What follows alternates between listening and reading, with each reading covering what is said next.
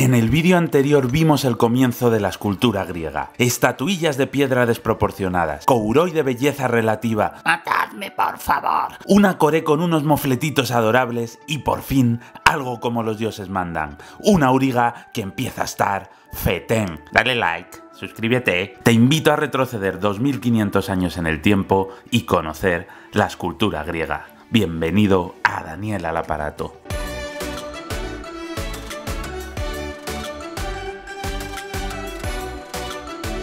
Durante el periodo clásico se abandona la frontalidad y las estatuas van a dejar de estar siempre de frente. La anatomía se mejora, consiguiendo convertir esos butis en butis aún mejores. ¡Oh, mamá! Y se abandona ese hieratismo e inexpresividad para dejar ver una serenidad que no es muy expresiva, pero al menos ya no tienen esa cara de acelga de antes. Y a partir de ahora, los griegos abandonan la piedra en favor del bronce. Para ello, en lugar de esculpir las estatuas en piedra, las modelan con arcilla, crean moldes y sacan una copia del original con la técnica de la cera perdida. Poco después de la auriga de Delfos se hizo la escultura del discóbolo, una de las más famosas de la antigüedad. Fue realizada por Mirón, un escultor que estudió el cuerpo humano y fue capaz de mostrarlo con una enorme exactitud, en el momento justo de tensión antes de tirar un disco olímpico. No cabe duda de que debía conocer el cuerpo humano también, porque era un poco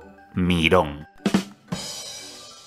Su mayor mérito fue representar el cuerpo humano en tensión, justo antes del movimiento. En el discóbolo se puede ver cómo la musculatura se tensa al máximo porque el atleta está cogiendo impulso.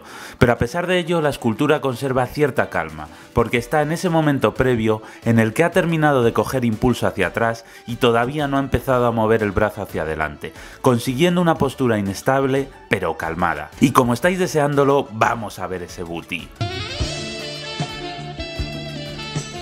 Un poco decepcionante, lo sé. La verdad es que a pesar de la corrección anatómica general, a este cuerpo todavía le falta cierta naturalidad. Pero además del movimiento, su otro mayor logro fue ser la primera escultura en romper totalmente con las reglas de la frontalidad y la rigidez. El cuerpo y las piernas trazan una S, mientras que los brazos forman un semicírculo. Por primera vez, una escultura griega no te observa de frente ni presenta una rigidez forzada, sino que está a su rollo, a sus movidas de atleta olímpico, y tú pasas a ser el que la cotillea, es decir, un mirón. Psst, sí tú, ven, acércate. ¿Sabes por qué tengo la mano derecha así? ¿Cómo que no ves nada? Mira otra vez.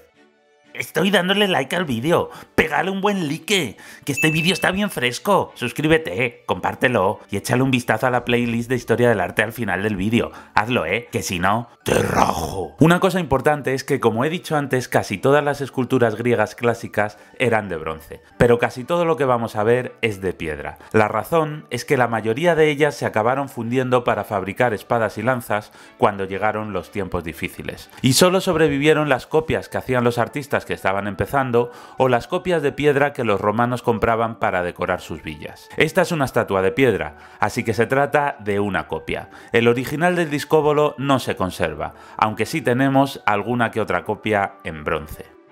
Para realizar las estatuas de bronce usaban la técnica de la cera perdida. Para ello modelaban la estatua en arcilla, después la cubrían de yeso para hacer un molde en negativo. Desmontaban el molde en varias piezas y le aplicaban una capa de cera fundida, que rápidamente se solidificaba. Posteriormente, el bronce ocuparía el lugar de la cera, así que cuanto más gruesa fuera la cera, más gruesa sería la estatua de bronce. Entonces volvían a montar el molde y rellenaban el interior de arcilla refractaria, que compactaban para que quedara bien cohesionada. Volvían a desmontar el molde una vez más y les quedaba el interior de arcilla refractaria, cubierto por una capa de cera. Montaban entonces una serie de cilindros y tubos que comunicaran todos los puntos de la estatua. Este paso era fundamental para que el bronce llegara a todos lados, y una vez más volvían a cubrirlo todo con un molde de yeso, dejando conductos por arriba y por abajo. Y ya llegaban las últimas fases. Calentaban el molde a 300 grados para que se fundiera la cera y saliera por los agujeros de abajo, de forma que quedaba la capa externa del molde separada de la capa interna. Y ese era el espacio donde iría el bronce. Se taponaban las salidas inferiores y entonces desde arriba se vertía el bronce fundido, que ocupaba todo el espacio dejado por la cera, ya fuera la estatua estatua en sí o los conductos por los que llegaba hasta el último recoveco. Cuando se enfriaba, se destruía el molde exterior y la escultura quedaba recubierta por una maraña de cilindros de bronce que simplemente había que cortar con una sierra y lijar las uniones con la escultura, para que quedara una obra perfecta de metal. Aunque todavía quedaba un último paso: vaciar la arena refractaria del interior, logrando que la estatua quedara hueca y fuera mucho más ligera que la piedra. Como las estatuas de metal eran relativamente ligeras y el bronce soporta bien las tensiones, se podían lograr estatuas exentas con posturas muy atrevidas y partes muy finas. Sin embargo, en las copias romanas en mármol se debía reforzar esas zonas finas, como los tobillos, porque la piedra se partía por el peso de la zona superior. Es por ello que muchas veces veremos tocones de árboles o rectángulos de piedra uniendo las partes más delicadas, para evitar que por su propio peso se partan. Pero tras los avances de Mirón llegó Polícleto, otro crack que lograría un realismo y naturalidad desbordantes. Escultor e intelectual, escribió una serie de reglas para elaborar un cuerpo humano completamente armónico y bello. Según su tratado, el cuerpo humano debía tener una altura similar a 7 cabezas, por lo que si eras bajito y cabezón, estabas desproporcionado. Y si eras alto, más te valía tener un buen cabezón para que cumplieras la regla y fueras bello.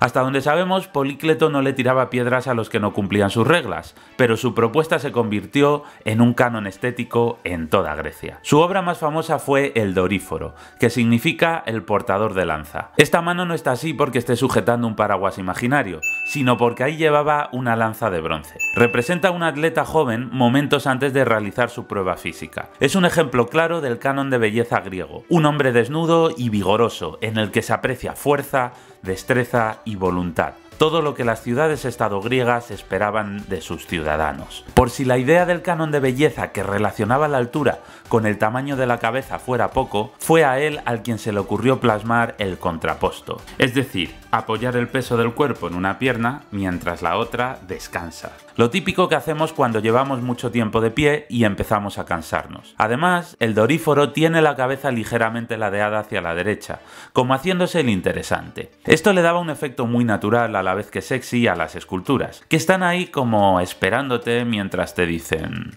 "Oh, nena, qué sexy es mi lanza", refiriéndose por supuesto a la lanza que tenía la estatua original.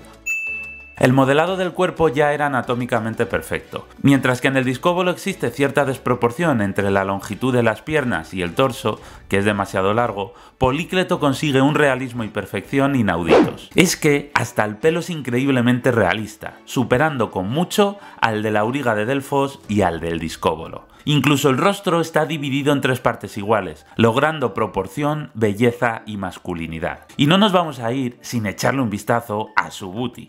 Por supuesto, musculoso y duro como la piedra. Podemos resumirlo diciendo que, a pesar de sus 2500 años, el Doríforo es un mature que está bien mamalón.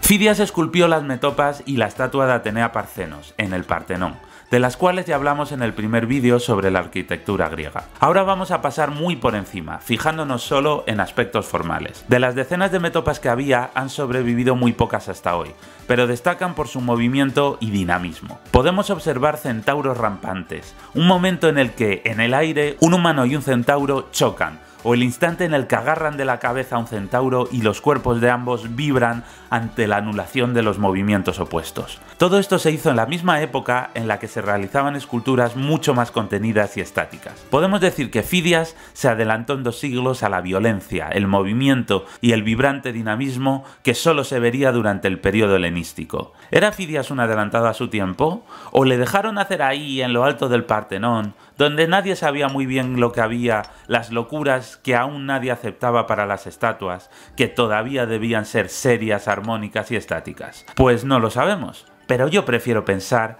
que ahí arriba Fidias hizo lo que le dio la gana, y cuando lo observó dijo: "Soy un rebelde, me gusta romper las reglas". Praxíteles vivió ya a finales del periodo clásico, y sus esculturas empiezan a mostrar un movimiento que roza lo sublime. Habiendo aprendido de los maestros anteriores, arqueó suavemente sus figuras, con un contraposto que queda realzado con una sensualidad y delicadeza muy especial, como tratando de seducirte disimuladamente. Porque vamos a ver, vamos a ponernos serios. Si te encuentras a alguien sin ropa y con esta posturita, solo puede significar una cosa. Es el caso del Apolo sauróctono, que con su curva praxiteliana y aunque esté mirando disimuladamente a la lagartija del tronco, no nos engaña. Este contrapuesto realzado y bien sensualón, que juega con una compensación de volúmenes y arquea levemente el cuerpo en forma de S, es lo que se llama la curva praxiteliana. No tiene nada que ver con la S del discóbolo, que es una S fruto del movimiento enérgico, sino que está relacionado con un contrapuesto elegante y sensual. Todos sabemos que está ahí como diciendo: "Oh papi, qué bueno que estoy". Una vez más, esta es una copia, pero existe una escultura de bronce muy dañada que algunos dicen que podría ser la original, aunque otros piensan que podría ser una copia en bronce de la época. Sea como sea, la original debía ser más o menos así, pero en bronce. Su estatua de Afrodita de Nido está como recién salida del baño, y una vez más está realizando un contraposto muy seductor. Es decir, su cuerpo traza una curva praxiteliana, mientras sujeta con una mano sus ropas y mirando al espectador se tapa sus partes con calma, como diciendo: Uy, vaya, me has sorprendido, bribón, pero no me altero porque quiero seducirte. Además de por su calidad, esta escultura destacaba por ser uno de los pocos desnudos femeninos de la antigua Grecia. Y como podemos ver, no muestra un cuerpo femenino atlético. No está gorda, desde luego, pero tampoco fibrosa y musculosa como los hombres. Las manifestaciones artísticas se retroalimentan de la propia sociedad, y el mundo griego era profundamente machista. Las mujeres estaban prácticamente todo el día en casa, y salvo en Esparta, ni practicaban deporte ni apenas se ejercitaban, por lo que era imposible que desarrollaran su musculatura. Por lo tanto, solían tener un cuerpo flácido y con más grasa, lo que no encajaba en su canon de belleza, mientras que los hombres sí practicaban deporte, así que tenían cuerpos más atléticos, por lo que la diferencia entre hombres y mujeres aumentaba, perpetuándose así los estereotipos y roles de género que entraban en una espiral de la que era imposible salir. Pero volviendo a Praxíteles, finalmente tenemos su Hermes con el niño Dioniso, en el que podemos ver cómo la curva praxiteliana ya se le empieza a ir de las manos y a rebelarse contra la fuerza de la gravedad. Porque sí, unas telas muy bien hechas y Hermes está bien mamalón, pero está tan inclinado que si fuera real sería imposible que se mantuviera en pie. Te digo yo que si te inclinas tanto hacia atrás, pierdes el equilibrio. La escultura muestra una escena mitológica. Zeus había engañado a Hera con otra, y Dionisos era el fruto del engaño. Y Hera, que tenía por costumbre intentar matar a todos los hijos ilegítimos de Zeus, lo buscaba para acabar con él. Así que Zeus lo convirtió en un bebé y se lo entregó a Hermes para protegerlo de la ira de su esposa. La estatua muestra a Hermes como figura principal, sosteniendo al pequeño Dionisos con un brazo, mientras en el otro debía sostener probablemente un racimo de uvas, ya que Dionisos era el dios del vino y le gustaba pimplar de lo lindo. Si ya saben cómo me pongo, ¿para qué me invitan?